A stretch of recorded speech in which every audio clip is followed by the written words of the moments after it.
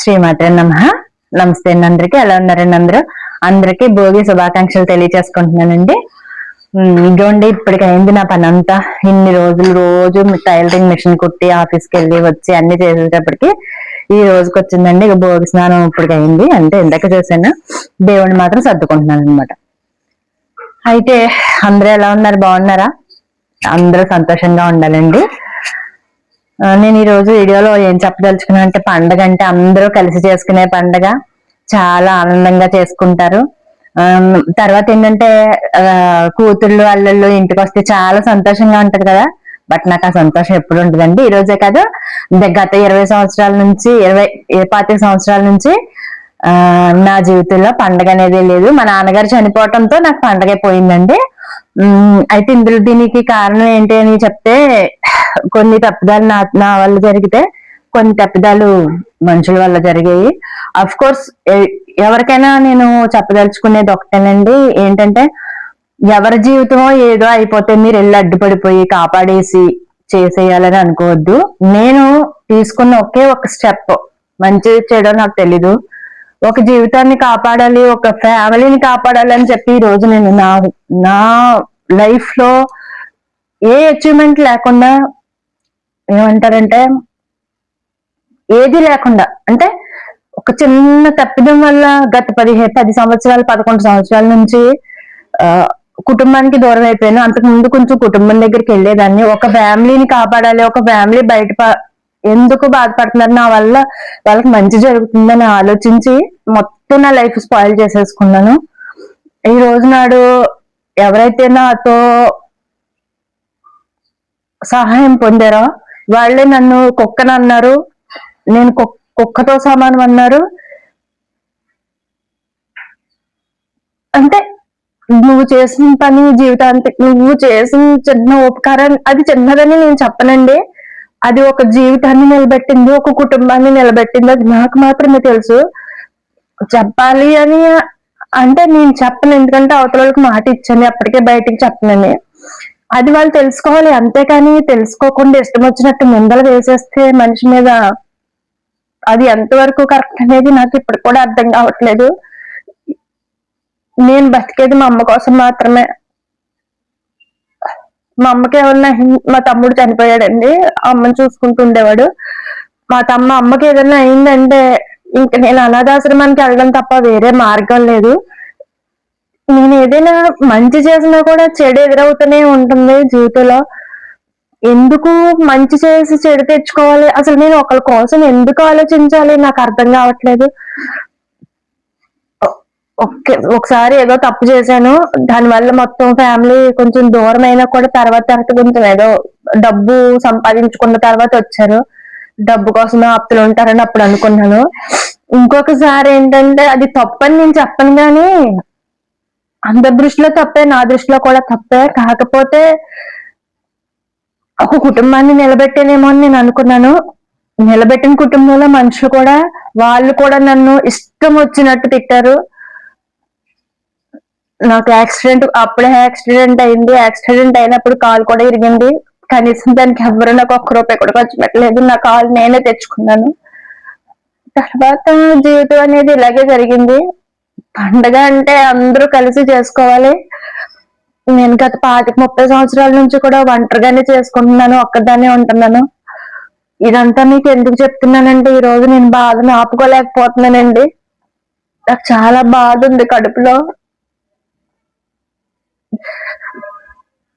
ఎవరికి చెప్పుకోవాలో కూడా నాకు అర్థం కావట్లేదు. మీ సానుభూతి కోసం కాదైతే నేను చెప్పేది, నాకు ఎవరి సానుభూతి అవసరం లేదు. కానీ అవతల వాళ్ళు అంటారు, నీకు విలువిస్తున్నాను అంటారు. విలువ ఇవ్వడం అంటే ఏంటి నాకు అర్థం కావట్లేదు.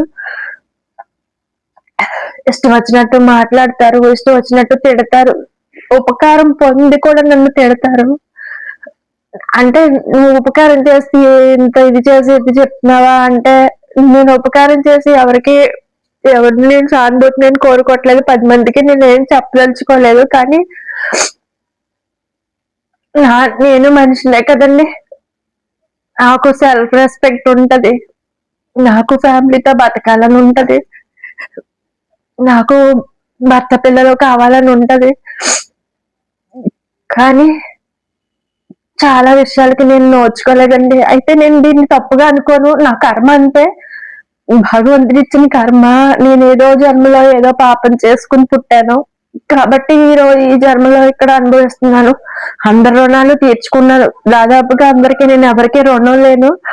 నేను ఇల్లు కట్టుకున్నా, నేను ఈ రోజు అన్నం తింటున్నా.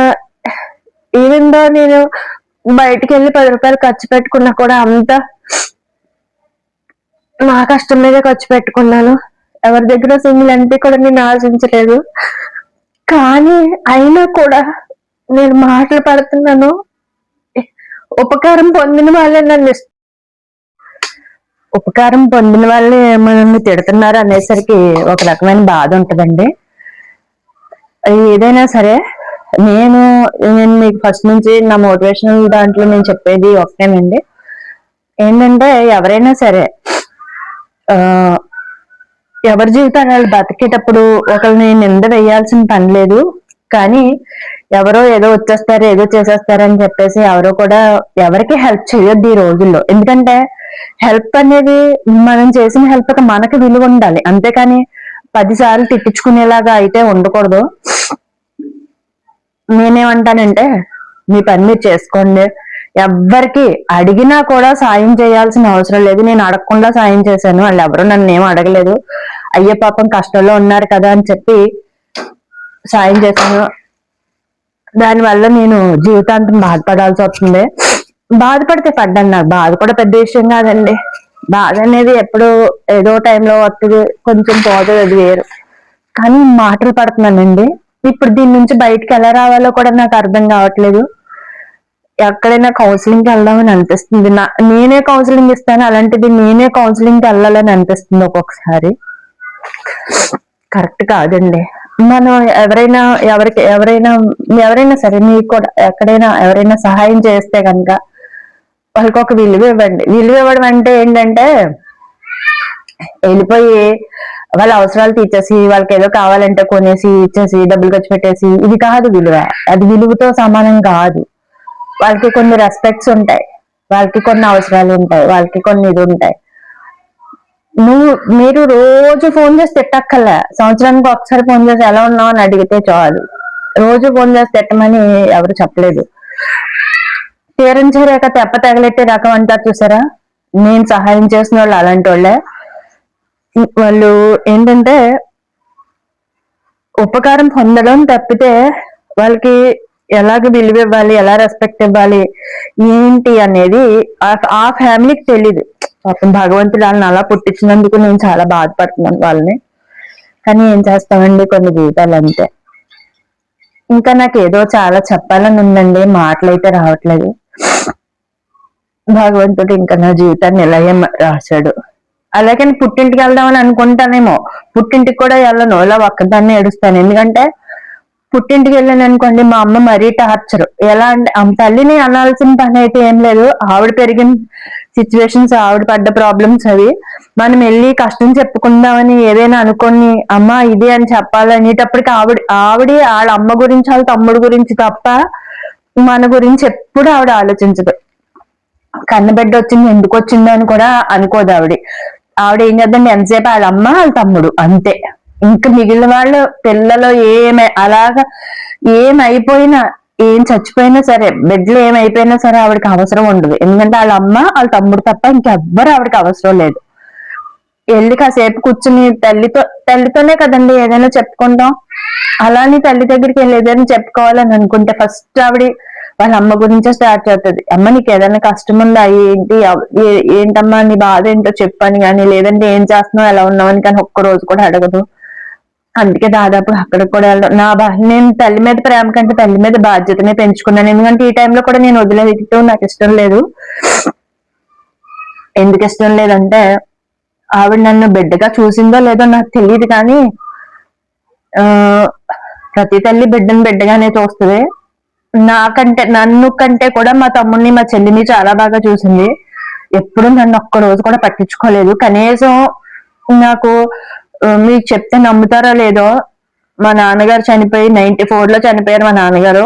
ఆ రోజు నుంచి ఈ రోజు వరకు మా అమ్మ దగ్గర నుంచి నేను ఒక్క చీర కానీ గుప్పడి మెతుకులు కానీ నేను తింటే ఈ రోజు ఇగోండి లలితమ్మ ఫోటో పట్టుకుని చెప్తున్నాను, లలితమ్మని పూజిస్తాను. ఆ భగవంతుడు నన్ను ఏం చేసినా తప్పలేదు. అలాంటిదండి మా అమ్మ. తల్లి చెడ్డదని చెప్పను, తల్లి మంచిదే, కానీ ఆవిడ పెరిగిన వాతావరణం కావచ్చు, ఒకవేళ నేను చేసిన తప్పే కావచ్చు, ఏదైనా కావచ్చు. పిల్లలు తప్పు చేశారని మీరు అలా వదిలేస్తే వాళ్ళ జీవితాలు ఏమైపోతాయి ఒకసారి ఆలోచించండి. అదే తల్లిగా నేను ఏదైనా చేశానని మీకు అనిపిస్తే తీసుకెళ్ళి ఏంటి ఇలా చేశాను నాలుగు కొట్టి తిట్టి ఏదో ఒకటి చేసి ఉంటే నా జీవితం బాగుపడి ఉండేదేమో అని ఈ రోజుకి నేను బాధపడతా ఉంటాను. కానీ ఎప్పుడు ఆవిడ పని చేయలేదు. ఎంతసేపు చిన్న కూతురు కొడుకు తప్ప నా గురించి ఎప్పుడు ఆలోచించలేదు, ఒక్క రోజు కూడా ఆలోచించలేదు. స్టిల్ నవ్వు ఈ రోజు కూడా వాళ్ళ అమ్మ గురించి వాళ్ళ తమ్ముడు గురించి తప్ప ఆలోచించలేదు. ఆవిడకి అంత పెద్ద ఆపరేషన్ అయింది, లేగలేకపోయింది, నడవలేకపోయింది, అప్పుడు చూశాను. ఆ కృతజ్ఞత కూడా ఏం లేదు. ఏమన్నా మాట్లాడి ఏదైనా చూసామంటే డబ్బుతో లెక్క కట్టేస్తుంది ఆవిడ. ఒక రోజు ఎప్పుడైనా ఏదైనా తన అవసరం మీద వేరే ఆధార్ కార్డు కోసమో రేషన్ కార్డు కోసమో నా దగ్గరికి వచ్చింది అనుకోండి, ఆ రోజు నేను ఏమన్నా అన్నం పెడితే ఆ అన్నానికి కూడా డబ్బులు ఇచ్చేస్తుంది ఆవిడ. అందుకే నేను ఆవిడ దగ్గరికి నేను వెళ్ళను, నా దగ్గరికి ఆవిడ రాదు. ఆవిడ అలాంటి మనిషి అనమాట. తప్పులేదులేండి, ఎవరి రెస్పెక్ట్ వాళ్ళకు ఉంటుంది, తప్పలేదు, తప్పని నేను చెప్పను. కానీ ప్రతి ఆడదానికి కూడా తండ్రి అనేవాడు చాలా గొప్పవాడండి. తండ్రి ఉండాలి, ఎందుకంటే తండ్రికి మించిన దైవం లేదని నేను చెప్తాను. తల్లి కంటే కూడా తల్లి మంచిదే కాదని చెప్పను, కానీ ఏమో నా జీవితం అలా రాసి పెట్టుకుని పుట్టానే బేబీ నాకు తెలీదు. నాకు ఇంకేం చెప్పాలో కూడా నాకు అర్థం కావట్లేదు. అమ్మ ఎవరైనా సరే బిడ్డలు తప్పు చేస్తే 1-2 సంవత్సరాలు అంతే, ఆ తర్వాత వాళ్ళ జీవితం నాశనం అయిపోయి వాళ్ళ జీవితం పోయి నేను ఇంకా స్ట్రాంగ్ ఉమెన్, చాలా స్ట్రాంగ్. ఎవరెవరన్నా సరే పట్టించుకొని పక్క పెట్టేస్తాను, కానీ చావాలని ఎప్పుడు అనుకోలేదు. అలా అంటే నేను ఈ పాటికి దగ్గర ఒక 200-300 సార్లు చచ్చిపోవాలి జీవితంలో. నేను ఎప్పుడు చావాలని మాత్రం కోరుకోలేదు. ఎలాగైనా నిలబడాలని ప్రయత్నం చేస్తాను. అయినా కూడా నేను బ్రతకటం కొంతమందికి ఇష్టం లేదు. ఎందుకంటే నేను చేసిన ఉపకారాన్ని ఎక్కడ బయట పెట్టేస్తానో, వాళ్ళ జీవితం ఎక్కడ పోతుందో అని చెప్పి బాధపడుతున్నారు. ఇప్పుడు నేను చనిపోతే సంతోషించే వాళ్ళు చాలా మంది ఉన్నారు. నేను చనిపోతేనే బెటర్ అనుకుంటున్నారు. నేను వాళ్ళ నుంచి చాలా డిటాచ్మెంట్ గా అసలు మాట్లాడటం కూడా మానేసాను. చాలా మందితో మనుషులతో చాలా డిటాచ్మెంట్ ఏర్పాటు చేసుకున్నాను. ఒంటరిగా ఉంటున్నాను, మెడిటేషన్ చేసుకుంటున్నాను, ఏదో చేస్తున్నాను. ఎన్ని చేసినా కూడా జీవితంలో ఒక వెల్త్ అనేది ఉండిపోతుంది. భగవంతుడు నాకు దాన్ని ఫుల్ఫిల్ చేయకపోయినా పర్లేదు, నాకు మనశ్శాంతి ఇవ్వాలి. ఈ సంవత్సరాన్ని వెళ్తామని అడుగుతున్నానంటే, అమ్మాయి ఎవరైనా సరే మన బిడ్డ అనుకున్నప్పుడు కొద్దిగా జాగ్రత్తగా వాళ్ళకి చెప్పండి, తప్పు అయితే చెప్పండి, అవసరమైతే కొట్టండి, అంతేకాని పిల్లల్ని అలా ఒంటరిగా వదిలేయకండి అమ్మా. ఇప్పుడు నేను చేసిన తప్పుకి శిక్ష నేను ఎలా అనుభవిస్తున్నానంటే, దినదినగండం దీర్ఘాయుష్. పగలంతా పని చేసుకొస్తాను, రాత్రులు కూర్చొని ఏడుస్తాను, పగలంతా పని చేసుకొస్తాను, రాత్రులు కూర్చొని ఏడుస్తాను. అలా ఏడో కనీసం నాన్న మనిషికి చెప్పుకుని ఏడ్చే ఇది కూడా లేదు. ఒకవేళ నాన్న మనిషి దగ్గర ఏదైనా చెప్పుకుని ఏడుస్తుంటే ఎప్పుడు ఏడుస్తున్నా అంటారు, కానీ ఆ ఏడుపు కారణం ఏంటో ఒక్కరు కూడా అడగలేదు. కాబట్టి నేను చెప్పేది ఏంటంటే, ఎవరైనా సరే ఎవరికి సహాయం చేయాల్సిన పని లేదండి. మీకు మీ బతుకు మీరు బతకండి. ఒకరికి సహాయం చేసి నిందలు పడాల్సిన పని లేదు. ఎవరికి హెల్ప్ చెయ్యొద్దు, నాకు తెలిసినంత వరకు హెల్ప్ చేయద్దు. మీరు ఏమైనా హెల్ప్ చేయాలనుకుంటే 2 విషయాలు హెల్ప్ చేయండి. ఒకటి, ఎక్కడైనా అన్నదానం జరిగితే డబ్బులు ఇవ్వండి. ఎవరైనా వృద్ధాశ్రమంలో ఉంటే వాళ్ళకి బట్టలు అవి ఇవ్వండి. ఇంతే తప్పితే మీరు జీవితాలు బాగు చేసేసేంత గొప్ప వాళ్ళు కాదు. నేను అలాగే అనుకున్నాను, జీవితం బాగు చేసేస్తున్నానేమో. నిజంగా జీవితం బాగైంది. వాళ్ళు ఈ రోజు ఒక హై స్టేటస్ లో ఉండి ఇది చేసి ఇప్పటికీ నేను ఫోన్ చేసి ఇలా అని అడిగితే అప్పుడు నన్ను తిడతానే ఉంటారు. ఇప్పుడు కాదు, ప్రతిరోజు నన్ను తిట్టడమే వాళ్ళ పని. నేను ఏదైనా ఉన్న మాటే మాట్లాడతానండి, లేని మాట అయితే నేను ఎప్పుడు మాట్లాడిన అవసరం కూడా లేదు. నాకు ఉన్న మాటే మాట్లాడతాను, మాట్లాడినా కూడా తప్పు నాదే అంటారు.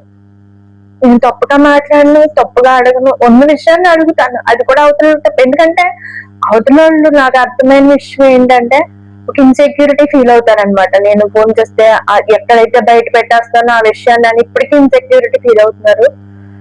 అలాంటి వాళ్ళని మనం ఏం చేయలేము. బట్ నేను మాట అంటే మాటేనండి. మా నాన్నగారు నాకు నేర్పించింది అది ఒకటే, నువ్వు జీవితంలో డబ్బు సంపాదించకపోయినా పర్లేదు, ఇచ్చిన మాట మాత్రం నిలబెట్టుకొని చెప్పారు. నేను ఆ మాట కోసమే బతుకున్నానేమో, ఆ మాట ఇచ్చాను కాబట్టి ఈ రోజు బయట పెట్టలేకపోతున్నానేమో ఏది కూడా. ఎప్పటికీ పెట్టను అనుకోండి, కానీ అవతల వాళ్ళు కూడా తెలుసుకుని మసలుకోవాలి కదండి. ఇదేనండి ఈ రోజు నా వీడియో. మిమ్మల్ని ఎవరినైనా పండగ పూట బాధ పెట్టుంటే నన్ను క్షమించండి. నా బాధను ఆపుకోలేక మీ అందరి ముందు పెట్టుకున్నాను. Thank you so much.